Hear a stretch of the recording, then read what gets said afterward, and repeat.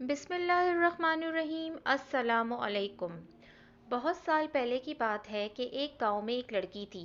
दूसरे बच्चों की तरह उसको भी खेल कूद में बहुत मज़ा आता था, और बच्चे तो हर किसी की सुनते ही नहीं हैं। तेज़ बारिश हो या तेज़ धूप, बच्चों को तो बस खेलने से ही मतलब होता है। सब गर्मियों का मौसम था और दोपहर का वक्त था। नूर अपनी कज़न शहाना के साथ उस जगह गई जहाँ वो हमेशा खेलने जाते थे। वो जगह उनके घर से थोड़ी ही दूर थी, और वहाँ पर एक दरख्त था जहाँ पे बच्चों के खेलने के लिए एक झूला लगाया हुआ था। वैसे तो उस दरख्त के पास हमेशा ही लड़कियां मौजूद होती थीं, पर आज जैसे ही नूर और उसकी कज़न वहां गए तो वहां पर कोई भी नहीं था। तो उन्होंने कहा कि चलो अच्छा है, आज हम खुद ही मज़ा करेंगे। और नूर जल्दी से जाकर झूले पर बैठ गई। और इस बात पर शहाना को बहुत गुस्सा आया। शहाना ने नूर से कहा कि पहले मुझे बैठने दो, पर नूर ने उसे नहीं बैठने दिया और शहाना गुस्से में चली गई। नूर को यह एहसास ही नहीं हुआ कि नूर वहां अब अकेली रह गई थी।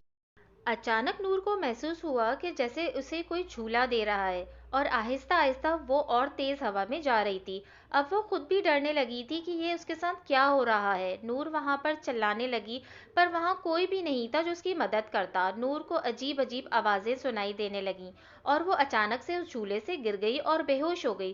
कुछ देर बाद जब उसकी आंख खुली तो उसने देखा कि वो अपने ही घर में है, पर वो कुछ बोलने या फिर कुछ करने की हालत में नहीं थी। वो सबको बताना चाह रही थी कि उसके साथ क्या हुआ, पर वो कुछ नहीं बोल रही थी। दिन ब दिन इसकी हालत खराब होती जा रही थी। उसके माँ बाप ने हर डॉक्टर, हर हकीम से बात करके देख ली, पर कोई भी उसका इलाज नहीं कर पा रहा था। और एक दिन नूर के बाबा किसी बुजुर्ग को लेकर आए, और उस बुजुर्ग ने उनको बताया कि नूर अब ज़्यादा दिन जिंदा नहीं रह सकती, क्योंकि वो पूरी तरह गैब के कब्जे में आ गई है।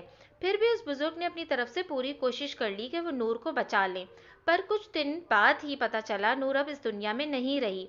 सुनने में कुछ यूं आया कि मरने से कुछ देर पहले नूर बिल्कुल सही हो गई थी, और उसने अपनी माँ को सब कुछ बताया, जो कुछ भी उसके साथ हुआ था। और आखिरी बात जो उसने बताई वो ये थी कि कोई उसके कान में रोज कहता था कि मौत का कोई इलाज नहीं।